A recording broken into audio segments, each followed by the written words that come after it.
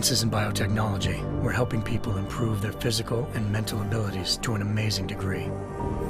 Provided, of course, they had enough money. A new breed of people was emerging, half human, half machine. And in Detroit, at least, not everyone was happy to see it. I'd just landed a job as head of security at Sarif Industries, a cutting-edge biotech firm. David Sarif himself handpicked me for the job, said he needed me to keep his people safe. My ex, Megan Reed, was one of them. Brilliant neuroscientist, Megan had found a way to make augmentation safe and affordable for everyone. All she had to do was present her research to Congress. But the night before her big meeting, my security measures failed. A team of Black Op mercenaries stormed into Sarif headquarters, massacring everyone in sight. 3 of the mercs were heavily augmented walking tanks. Their mission? Take out Megan and her team. I tried to stop them, but their leader tossed me through a plate glass wall. Last thing I heard as his bullets slammed into my brain was Megan's dying scream. I should have died with her. Only I didn't. High-end military-grade enhancements saved my life. The best augmentation Sarif's money could buy. It took me half a year to get a feel for her. Should have taken longer. But 6 months into my recovery, Sarif Industries was attacked again. This time, by a radical group of pro-human purists. Violent, militant, and fanatically opposed to human augmentation. They claimed to be members of Humanity Front, a non-profit organization that wanted the UN to limit biotechnology research. The thugs broke into Sarif's factory and found machinists working overtime on a top-secret military augment called the Typhoon. Sarif sent me to retrieve it, and when I did, I found one of the so-called purists next to it, wired with cerebral implants, trying to download its classified specs. Obviously, something more was going on. The AUG killed himself before I could question him. Sarif ordered me to dig deeper, so with the help of Frank Pritchard, Sarif's head of cybersecurity, I did. Turns out a second hacker had been controlling the AUG's actions from somewhere off-site. Pritchard and I tracked his signal to a secret FEMA internment camp in Detroit. The Black Op mercenaries were there. The same mercs who'd left me for dead 6 months before.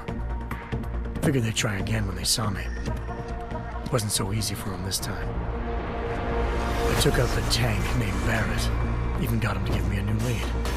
A penthouse apartment in China. Of course, we both knew it would be a trap in the end.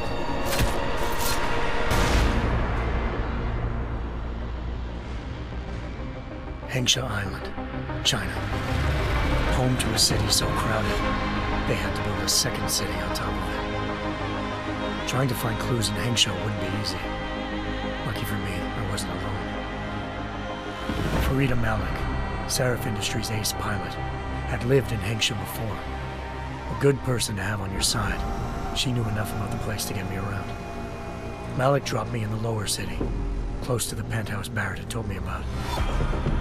Bell Tower Associates, a private security firm under contract to the Chinese government, had agents tossing the suite when I arrived. Just not for the reason I'd been expecting. Turns out the man who lived there was a criminal hacker named Van Bruggen. The same hacker who'd been remotely controlling the AUG in Sarif's factory. Van Bruggen's panicked decision to force the man to commit suicide had been a mistake. Now his mercenary partners were gunning for him, and I needed to find him before they did. Locating Van Bruggen meant playing nice with the Triads, Hengsha's organized crime lords. They had the hacker holed up inside a low-rent capsule hotel. By the time I found him, Van Bruggen had no qualms giving up the woman who hired him. Zhao Yunru, president of the Taiyang Medical Corporation. According to Van Bruggen, Zhao wanted to monopolize the augmentation industry and had hired Black Op mercenaries to destabilize her competition. Sarif Industries was at the top of her list. To prove this, I needed to get inside TYM and grab a surveillance hologram off a server. I suspected Van Bruggen was hiding something when he told me this. nothing could have prepared me for what I saw. Megan wasn't dead. She and her 4 best researchers had been kidnapped, spirited away somewhere while their kidnappers made it look like they were dead.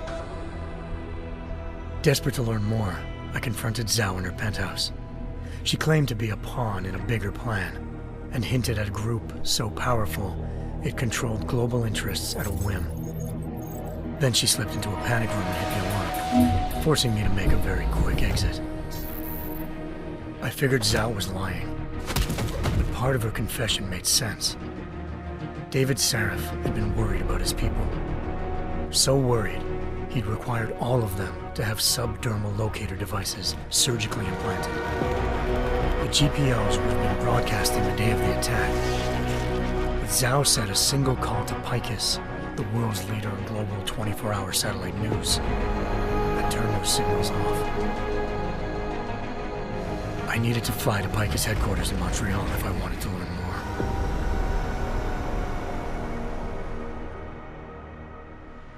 Eliza Cassan, Picus Communications' First Lady of News. Malik thought I was reaching when I told her Eliza was involved in this. The world's most famous news anchor, working with a mercenary hit squad. But when I confronted Cassan in her office, she freely admitted to jamming Detroit's satellites the night Megan's team had been taken. Said she's just been following her commands. I suspected she wanted to say more. But Black Op mercenaries showed up looking to shut us both down. And just like that, the Eliza I'd been talking to disappeared.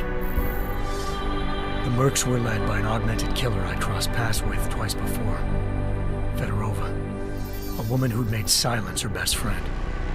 She waited for me to track Eliza's transmission to a secret server room underneath the Picus complex, then jumped me from behind. A deadly fight ensued. I made sure she never moved silently again. With Fedorova down, and no one left to keep Eliza quiet, she reappeared. Turns out Picus's First Lady of News wasn't a lady at all. She was a sophisticated AI program, engineered to monitor data streams and control what people believed. Eliza told me the Mercs had brought in a Humanity Front doctor named Isaiah Sandoval to remove the scientist's implanted tracking devices while Detroit's satellites were down. She also told me to speak to David Sarif if I wanted to learn more. By the time Malik and I got back to Detroit, tensions between normal and augmented citizens had reached a flashpoint. Riots were breaking out in several cities, and the UN was being urged to intervene. Sarif was trying hard to convince Hugh Darrow, the inventor turned philanthropist who'd once been a leading proponent of enhancement technologies, to help stop a possible regulatory vote. Sarif had a lot riding on Darrow. Megan's discovery would have given millions of people the chance to evolve beyond their normal human abilities, and at the same time catapulted Sarif Industries to the top of the Fortune 500. According to Sarif, Megan's kidnappers knew this, and didn't want people evolving unless they controlled how it was done. He called his enemies Illuminati, and urged me to keep searching. Determined to do so, I tracked down Sandoval via America's most outspoken augmentation opponent, Bill Taggart, Sandoval's boss and founder of Humanity Front. Sandoval admitted to operating on Megan's team when I confronted him, but said he hadn't removed their GPLs. He'd merely switched them to a different frequency. Pritchard was able to trace one of the signals to China. Malik and I immediately took off in pursuit. Unfortunately, the Illuminati were one step ahead.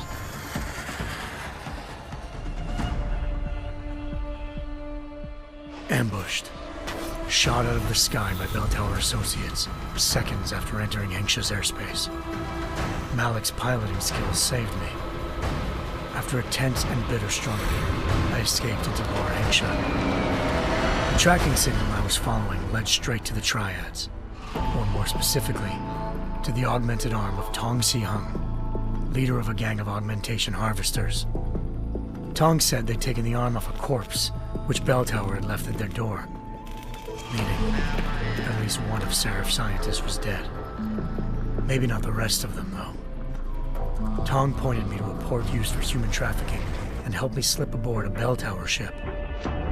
It was sailing to Rifleman Bank Station, a military base in the South China Sea.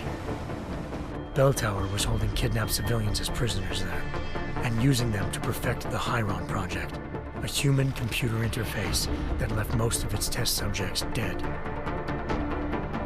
My search for Megan would have ended then, if not for a mysterious ally named Quinn. In exchange for my help exposing Bell Tower, he slipped me aboard a second ship headed to Singapore and an Illuminati-run biotech facility called Omega Ranch. 3 of Serif's scientists were there, forced by their captors to create a technology capable of remotely shutting down augmented abilities. Thanks to an emergency recall notice issued by the World Health Organization, millions of people all over the world already had the biochip installed. With the help of the scientists, I tracked Megan to a private section of the ranch. There, I ran into Yaron Namir, the walking tank who'd put a bullet in my brain the first time we met. He'd teamed up with Zhao and was hoping to catch me off guard. Their little ambush didn't work.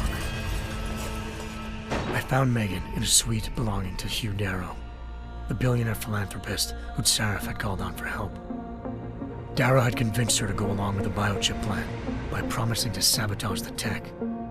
As she was explaining this, Darrow appeared in a global broadcast, telling the world that augmentations would be the death of mankind. Then he activated the biochips to prove his point.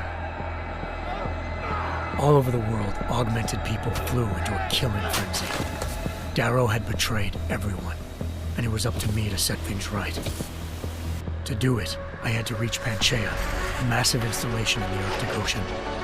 As I raced through corridors built by an all-augmented workforce, I saw death and destruction firsthand. By the time I shut down Darrow's broadcast, I knew the damage he'd done. Still, humanity's future remained unclear. How would the world react to this sabotage? Would people ever regain their faith in augmentations again? What would be the Illuminati's next move? Only time will give us the answers.